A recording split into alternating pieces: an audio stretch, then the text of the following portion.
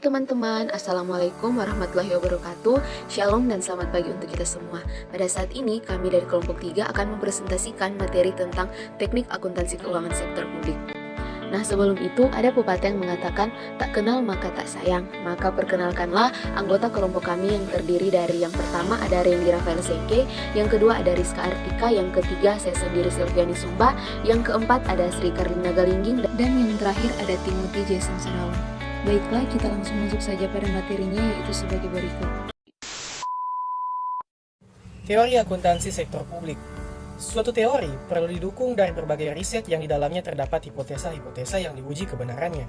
Teori memiliki 3 karakteristik. Yang pertama, kemampuan untuk menerangkan atau menjelaskan fenomena yang ada. Yang kedua, kemampuan untuk memprediksi. Dan yang ketiga, kemampuan untuk mengendalikan fenomena. Pada dasarnya, terdapat 3 tujuan dalam mempelajari teori akuntansi. Yang pertama, untuk memahami praktik akuntansi.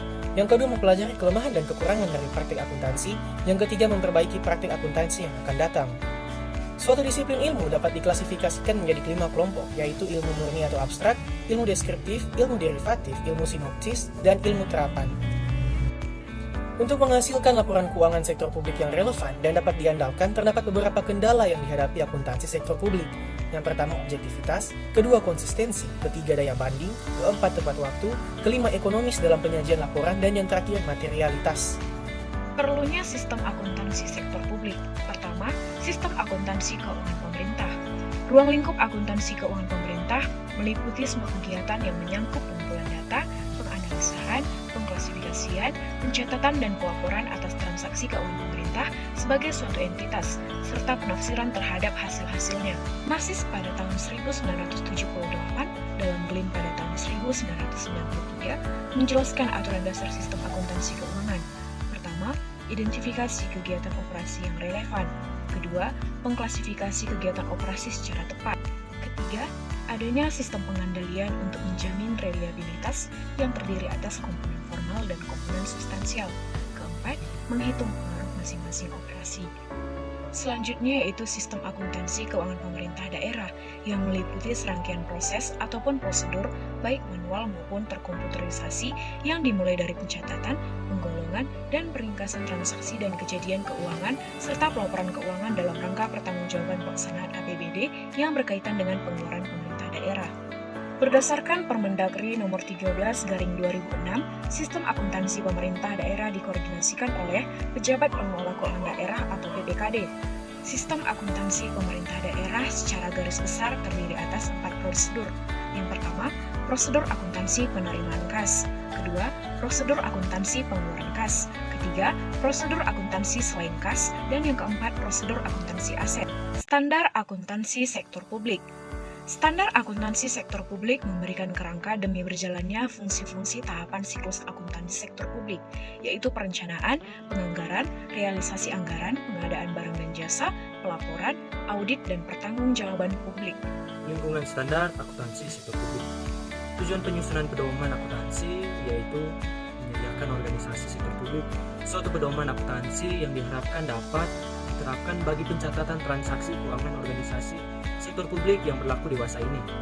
Menyediakan organisasi sektor publik suatu pedoman akuntansi yang dilengkapi dengan klasifikasi rekening dan prosedur pencatatan serta jurnal standar yang telah disesuaikan dengan siklus kegiatan organisasi sektor publik yang mencakup penganggaran, pembendaharaan, dan pelaporannya.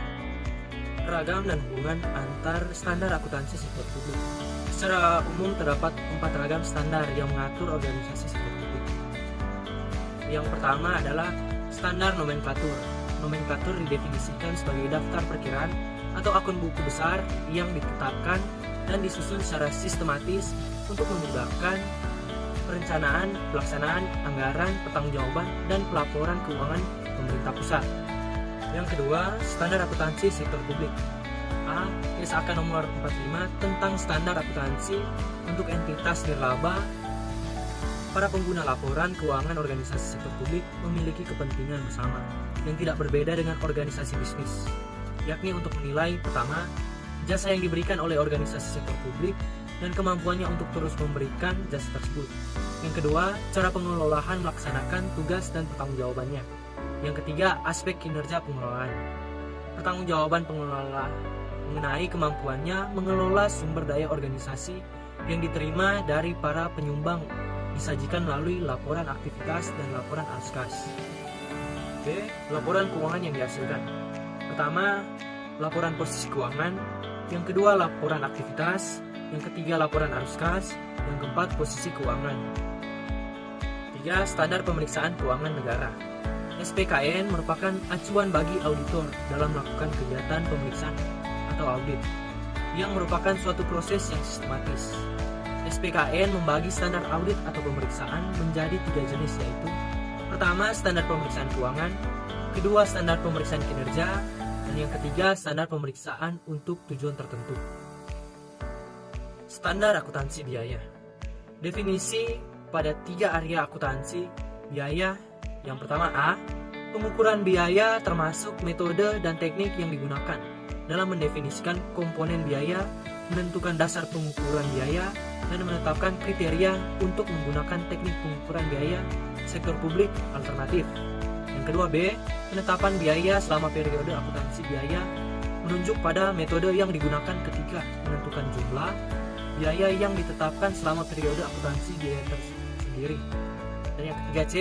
Alokasi biaya ke tujuan biaya menunjuk pada penetapan alokasi biaya langsung dan tidak langsung. Kebutuhan standar akuntansi sektor publik di Indonesia. Manfaat standar akuntansi keuangan sektor publik adalah: yang pertama, meningkatkan kualitas dan reliabilitas laporan akuntansi dan keuangan organisasi sektor publik, khususnya dalam hal ini organisasi pemerintah. Yang kedua, meningkatkan kinerja keuangan dan perekonomian. Yang ketiga, mengusahakan harmonisasi antara persyaratan atas laporan ekonomis dan keuangan. Dan yang terakhir, mengusahakan harmonisasi antar jurisdiksi dengan menggunakan dasar akuntansi yang standar. Teknik penyusunan standar. Berikut adalah tahap-tahap dalam menyusun standar akuntansi. Suwarjono 2006 kelas 9. Yang pertama, evaluasi masalah pada tahap awal. Yang kedua, mengadakan riset dan analisis. Yang ketiga, menyusun dan mendistribusikan memorandum diskusi kepada setiap pihak yang berkepentingan. Yang keempat, mengadakan dengar pendapat umum. Yang kelima, menganalisis dan mempertimbangkan tanggapan publik atas memorandum diskusi. Yang keenam, menerbitkan draft awal standar yang diusulkan. Yang ketujuh, menganalisis dan mempertimbangkan tanggapan tertulis. Yang kedelapan, memutuskan atau keputusan penerbitan. Dan yang terakhir, menerbitkan atau penerbitan pernyataan. Hal lain yang perlu diperhatikan dalam penyusunan dan penetapan standar adalah sedapat mungkin menghindari terjadinya standar yang overload. Standar yang overload terjadi ketika: yang pertama, standar terlalu banyak. Yang kedua, standar terlalu rumit. Yang ketiga, tidak ada standar yang tegas sehingga sulit untuk membuat pilihan dalam penerapannya. Yang keempat, standar mempunyai tujuan yang sifatnya umum sehingga gagal dalam menyajikan perbedaan kebutuhan di antara para penyaji dan pengguna. Yang kelima, standar kurang spesifik sehingga gagal dalam mengidentifikasi perbedaan antara entitas publik dan entitas non-publik, laporan keuangan tahunan dan interim, organisasi besar dan kecil, laporan keuangan auditan dan auditan, dan yang terakhir, pengungkapan yang berlebihan, pengukuran yang terlalu kompleks, atau kedua-dua. Baiklah, kita masuk dalam teknik-teknik akuntansi sektor publik. Terdapat beberapa teknik akuntansi yang dapat diadopsi oleh sektor publik. Yang pertama yaitu ada akuntansi anggaran, yang kedua ada akuntansi komitmen, yang ketiga ada akuntansi dana, yang keempat ada akuntansi kas, dan yang terakhir ada akuntansi aktual. Nah, teman-teman, sekarang kita masuk dalam penjelasannya. Yang pertama, penjelasan mengenai akuntansi anggaran. Akuntansi anggaran mengacu pada praktik yang dilakukan organisasi sektor publik, khususnya pemerintah, dalam menyajikan akun-akun operasinya dengan format yang sama dengan anggarannya. Yang kedua, akuntansi komitmen merupakan subsistem dalam sistem akuntansi utama yang dapat digunakan bersama dengan akuntansi kas dan akrual. Akuntansi komitmen hanya mencakup salah satu bagian kecil dalam anggaran organisasi. Yang ketiga ada akuntansi dana. Akuntansi dana digunakan untuk mengontrol dana yang terikat atau dibatasi penggunaannya tersebut, sekaligus untuk menjamin adanya ketaatan atas persyaratan yang ada. Yang keempat ada akuntansi kas. Akuntansi kas, pendapatan dicatat saat kas diterima dan pengeluaran dicatat saat kas keluar. Yang terakhir ada akuntansi akrual.